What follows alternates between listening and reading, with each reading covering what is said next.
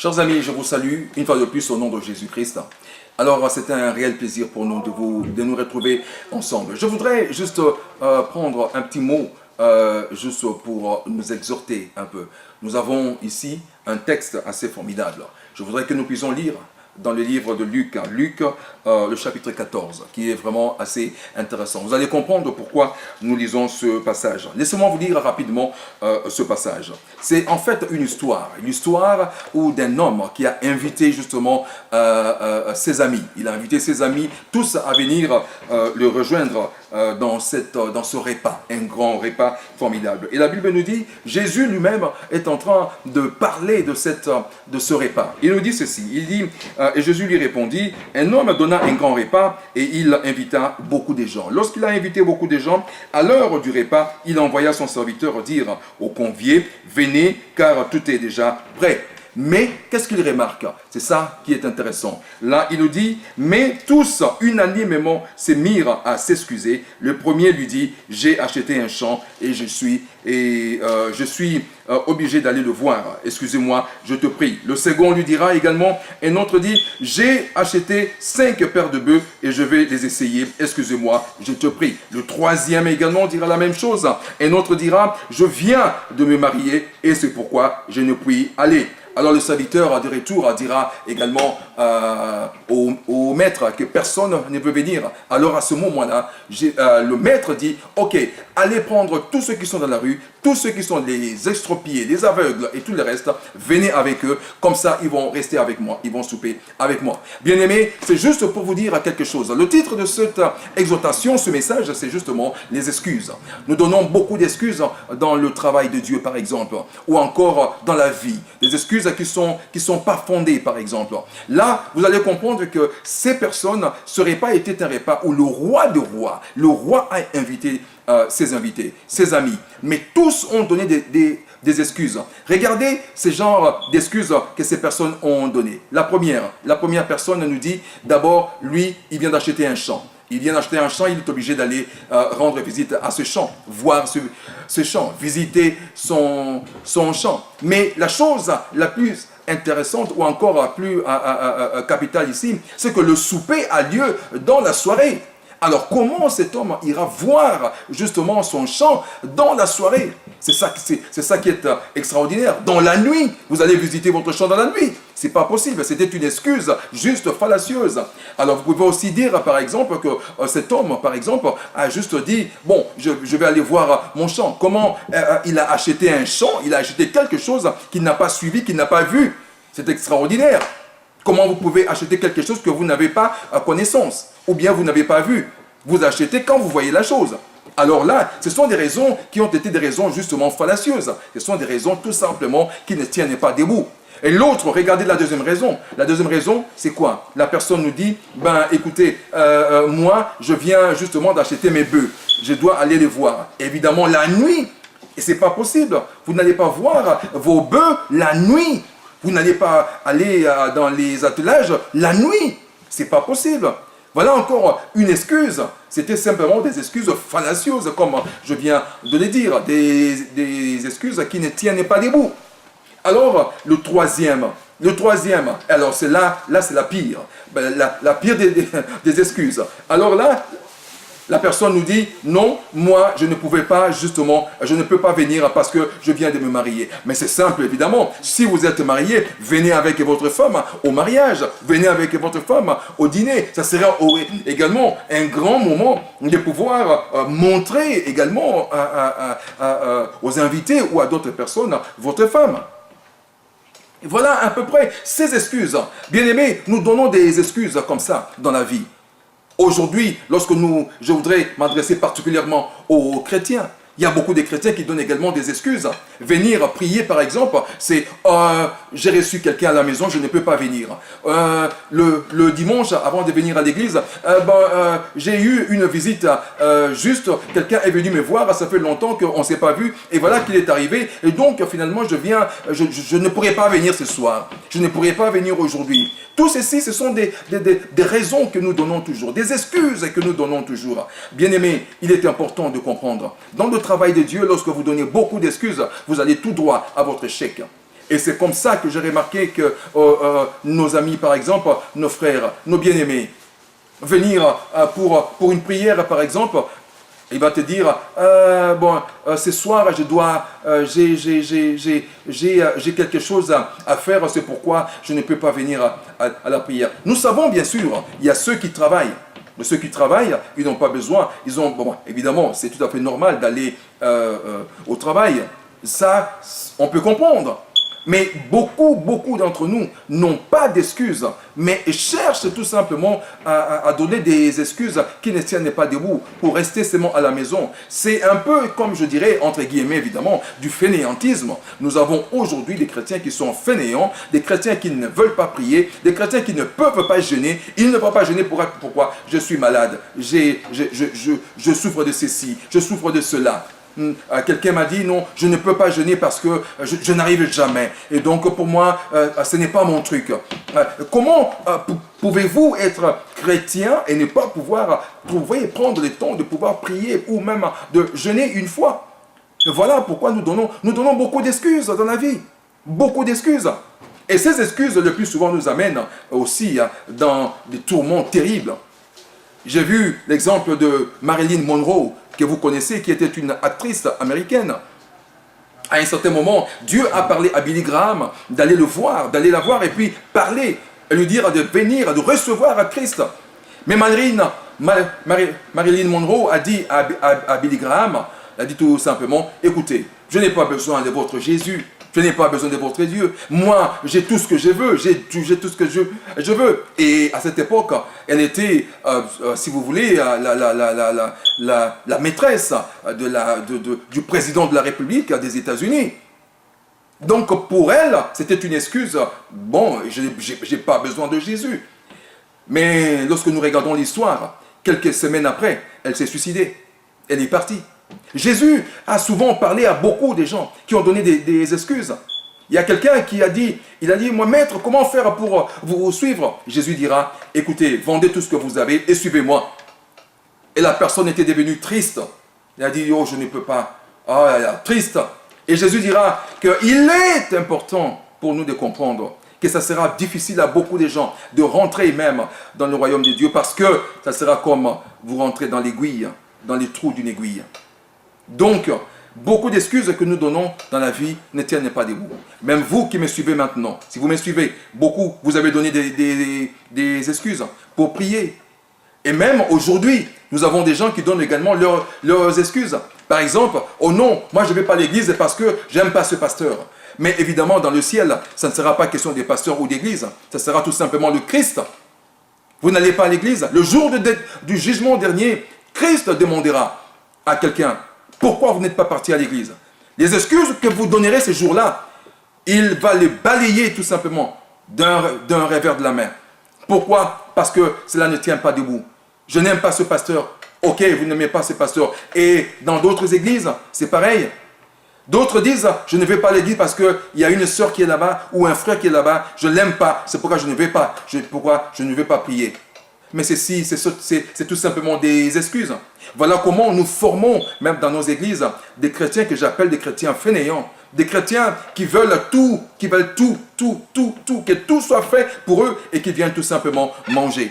Il y a des gens qui ne veulent même pas prier pour leur propre vie, qui viendront vous voir et dire « Pasteur, priez pour moi, pasteur, priez pour moi.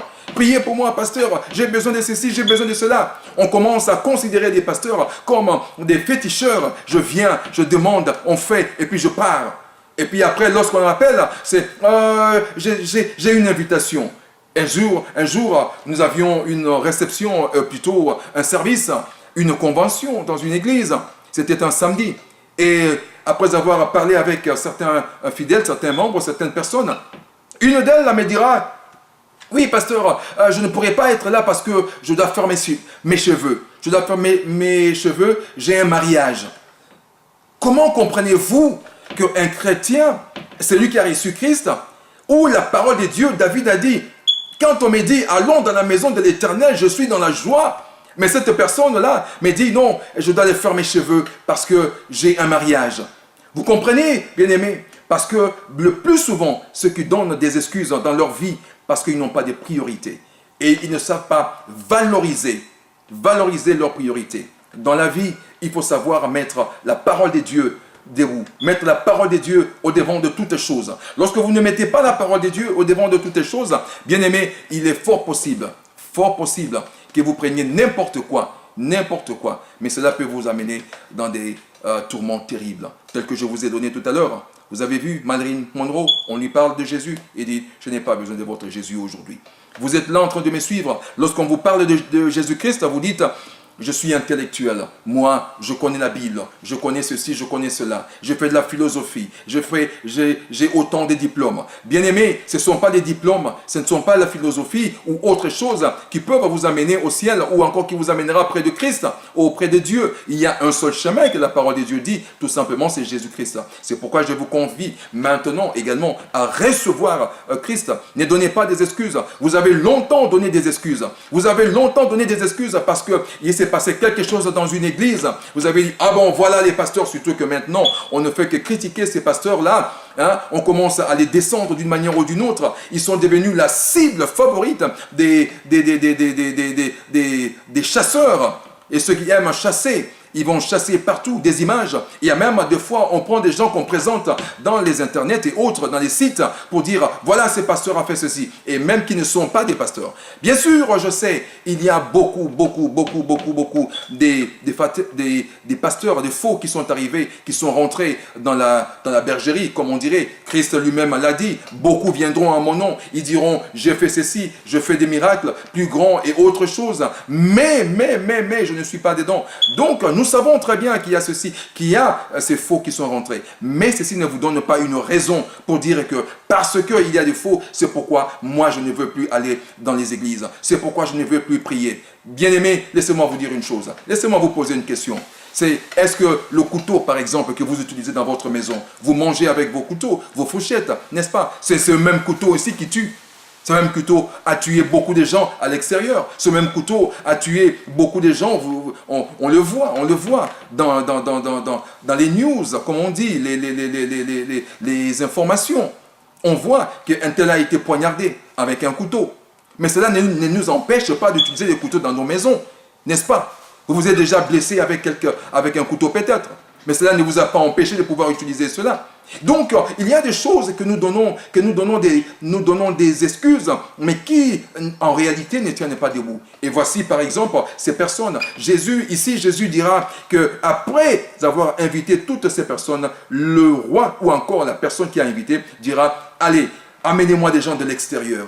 Tous ceux qui sont aveugles, estropiés, qui ne voient pas, qui sont sourds, muets, qui sont malheureux. Amenez-moi toutes ces personnes-là. Ils vont rester dans ma table.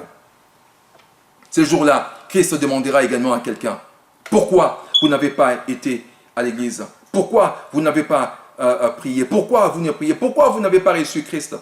Je sais que vous allez dire, oui, parce que j'ai vu un jour un homme de Dieu voler ou encore taper, tuer ou faire ceci, c'est pourquoi.